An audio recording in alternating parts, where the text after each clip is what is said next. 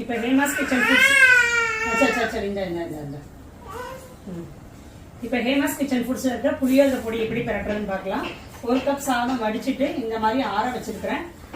உப்பு சேர்த்து வடிக்கலாம். கொஞ்சம் உப்பு சேர்த்துட்டு 1 ஸ்பூன் நல்லெண்ணெய் ஊற்றி நல்லா ஆற வச்சிருங்க. நல்லா இந்த மாதிரி உதிரி உதிரியா இருக்கணும் இப்படி. இப்போ இதில் நம்ம வந்து புளியோதரை பொடி சேர்த்துக்கலாம்.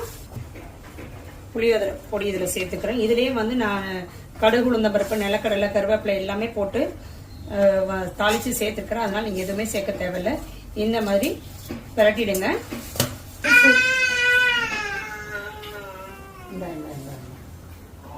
இப்ப இதுல 1 ஸ்பூன் நல்லெண்ணெய் மட்டும் நம்ம சூடு பண்ணி சேர்த்துக்கலாம். இதுல 1 ஸ்பூன் நல்லெண்ணெய் காய்ச்சி இதுல சேர்த்துக்கிறேன். அவ்வளவுதான், இப்படியே பிரட்டிடலாம். கோவில் புளியோதரை ரெடி. ஆமா, சாப்பிட்டு பாருங்க, சூப்பரா இருக்கும். வெப்சைட் லிங்க்கும் வாட்ஸ்அப் நம்பரும் கொடுக்குறேன். தேவைப்படுறவங்க ஆர்டர் பண்ணிக்கோங்க. தேங்க்யூ.